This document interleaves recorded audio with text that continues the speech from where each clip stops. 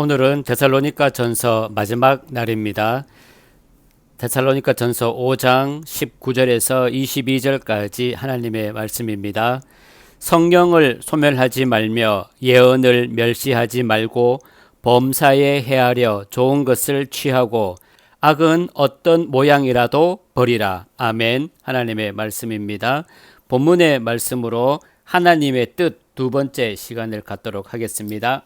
사도 바울은 항상 기뻐하고 쉬지 말고 기도하고 범사에 감사하는 것이 하나님의 뜻이라고 말하지만 우리 앞에 펼쳐지는 현실은 기쁨 대신에 근심과 걱정을, 감사 대신에 불평과 불만이 많습니다. 그렇다면 우리의 현실을 알지 못하는 사도가 현실을 도외시한 채 단지 신자로서의 이상적인 삶을 언급한 것일까요? 그것은 아닙니다. 항상 기뻐하고 쉬지 말고 기도하고 범사에 감사하는 것은 사도가 꿈꾼 신자의 이상적인 삶이 아니라 사도의 현실이었던 것입니다. 빌립보서 4장 6절 7절의 말씀입니다. 아무것도 염려하지 말고 다만 모든 일에 기도와 간구로 너희 구할 것을 감사함으로 하나님께 아뢰라. 그리하면 모든 지각에 뛰어난 하나님의 평강이 그리스도 예수 안에서 너희 마음과 생각을 지키시리라. 사도는 매를 맞고 옥에 갇혀 있는 현실에서 빌립보 성도들에게 권면합니다. 이것을 보면 사도는 눈에 보이는 현실을 초월하여 다른 세계를 살았음을 인정할 수 있습니다. 사도가 살았던 다른 세계는 예수 그리스도 안이라는 세계입니다. 이 세계는 하나님이 역사하시며 하나님이 자기 백성을 지키시고 평강으로 인도하시는 세계입니다. 사도는 자신이 이 세계에 있음을 믿었던 것이고 자신에게 주어진 모든 형편을 하나님께서 함께 하셔서 자기의 뜻을 이루어 가시는 하나님의 일로 여겼던 것입니다. 사도에게는 매맞고 옥에 갇힌 것이 불행이 아니라 하나님의 뜻을 이루어 가시는 하나님의 역사였던 것입니다. 기뻐하고 감사할 조건에서 기뻐하고 감사하는 것은 누구나 할 수 있습니다. 하지만 남들이 모두 불행이라고 여기는 조건에서 기뻐하고 감사하는 것은 하나님의 강력한 역사의 결과입니다. 신자의 믿음은 이렇게 증거되는 것입니다. 기뻐할 수 없는 형편에서 기뻐하게 되고 감사할 수 없는 형편에서 감사하게 되면서 세상 사람들이 보지 못하는 것을 보고 살아가는 신자의 특이한 믿음의 세계가 증거되는 것입니다. 이 모든 것은 성령이 함께 하셔서 보이지 않는 것을 보게 하시고 알지 못한 것을 알게 하도록 하신 덕분입니다. 19절의 말씀입니다. 성령을 소멸하지 말라라고 말합니다. 무엇이 성령을 소멸하는 것이겠습니까? 그것보다도 우리가 성령을 소멸시킬 힘은 있는 것입니까? 신자에게 함께 하시고 강력한 능력으로 다스리시고 역사하시는 성령을 우리의 뜻과 힘으로 소멸할 수 있다면 그것은 우리가 성령보다 더 능력이 있다는 뜻이 됩니다. 따라서 성령을 소멸하지 말라는 말씀은 신자에게 임재하여 함께하는 성령을 쫓아낸다거나 사라지게 하지 말라는 의미가 아닙니다. 성령은 인간에 의해 쫓겨나는 무능한 존재가 아니기 때문입니다. 성령은 인간의 뜻을 이루어 주기 위해 함께하지 않습니다. 성령은 우리에게서 하나님의 뜻이 이루어지도록 역사하고 계십니다. 세상의 형편과 조건을 초월하여 항상 기뻐하고 쉬지 않고 기도하며 범사에 감사하는 믿음의 길로 자기 백성을 인도하기 위해 성령이 함께 하시는 것입니다.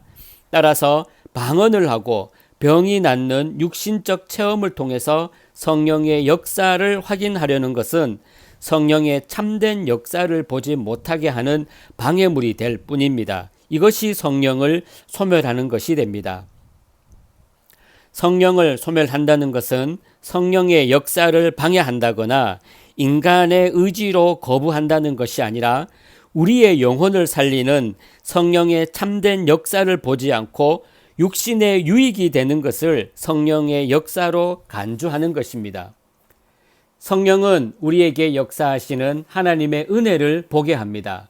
우리가 불행이라고 여기는 고통과 어려운 삶에서도 하나님의 역사하심은 있고, 그것이 우리가 육신의 눈으로는 볼 수 없는 하나님의 놀라운 은혜인 것을 깨닫게 하고 보게 하시는 것이 성령의 역사입니다.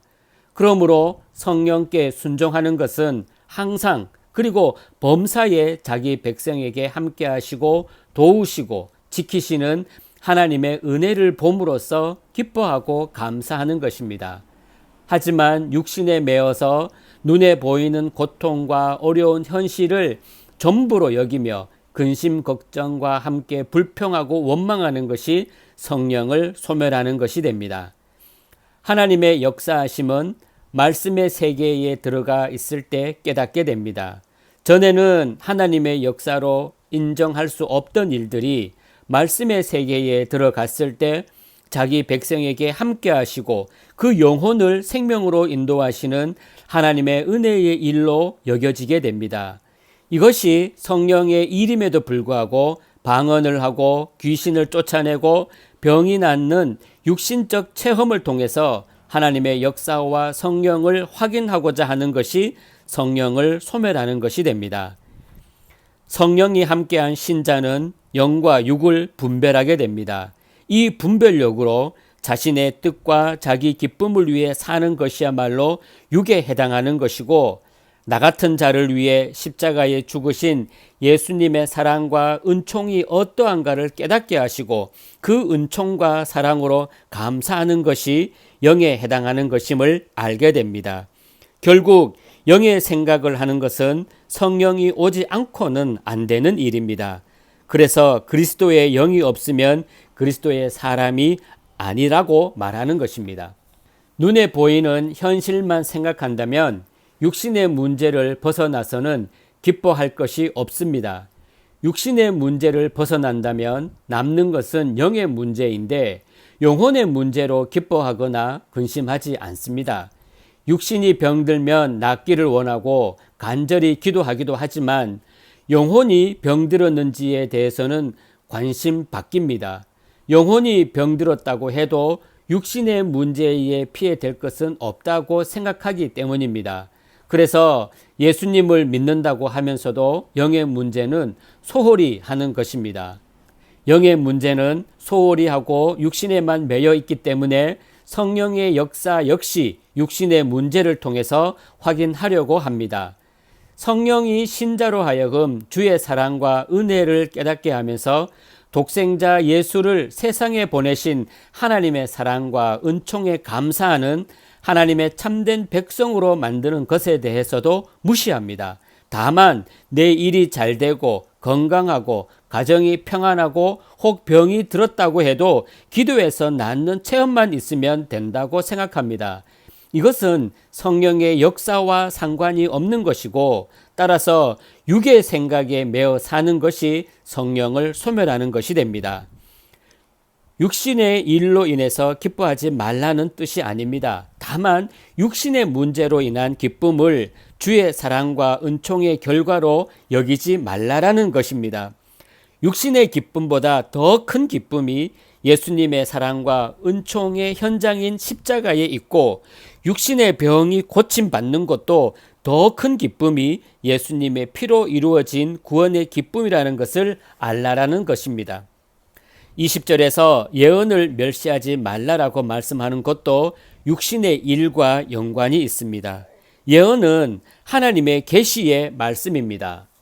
예언, 즉 하나님의 말씀은 땅에서 이루어질 하나님의 일을 말합니다. 하나님의 예언을 대하는 신자는 세상의 일이 아니라 하나님의 일에 마음을 두어야 합니다. 세상에 대한 심판, 예수님의 오심, 하늘의 생명 등 세상 일이 아닌 하늘의 일에 마음을 두게 되면 세상에서의 일은 하나님의 뜻을 이루시기 위한 하나님의 간섭이라는 생각을 할 수 있습니다. 즉 어떤 형편에 처하든 중요한 것은 하나님의 은혜가 증거되는 것이지 육신의 편안함을 누리는 것이 아니란 것입니다. 하지만 현대 교회는 하나님의 일을 육신의 일과 연결하여 말합니다. 하나님의 예언의 말씀 또한 육신의 문제를 중심으로 해석합니다. 하나님을 영과 육을 잘되게 하시는 분으로 말하면서 구원과 세상에서의 복을 모두 누리게 하는 것을 하나님의 일이라고 하는 것입니다.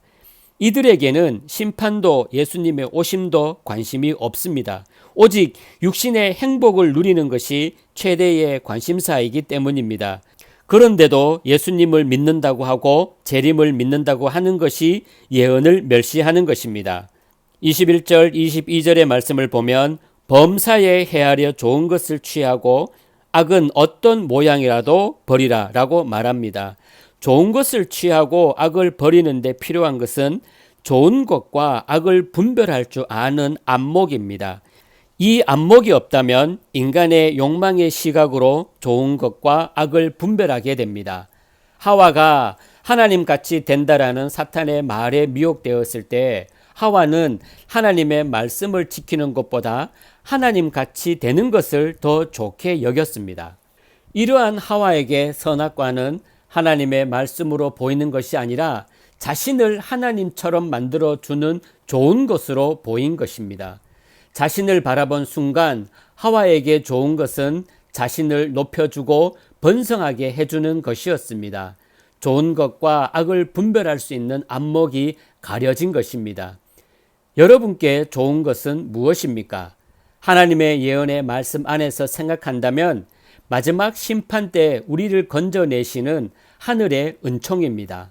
악은 하늘의 은총을 구하기보다는 믿음이 없이 세상의 것을 구하며 살아가는 모든 것을 의미합니다. 하지만 우리가 예언을 멸시한다면 하늘의 것이 아닌 땅의 것을 좋은 것으로 여길 것입니다. 성령을 소멸하지 않고 예언을 멸시하지 않는 신자는 땅의 것이 아닌 하늘의 마음을 두고 자신을 살리는 것이 무엇인가를 잊지 않고 살게 됩니다. 기쁨과 감사도 땅의 것이 아닌 하나님이 베풀어진 사랑과 은총에서 찾게 됩니다. 이것이 예수님의 오심을 기다리는 신자이며 하나님의 뜻대로 살아가는 진정한 신자입니다.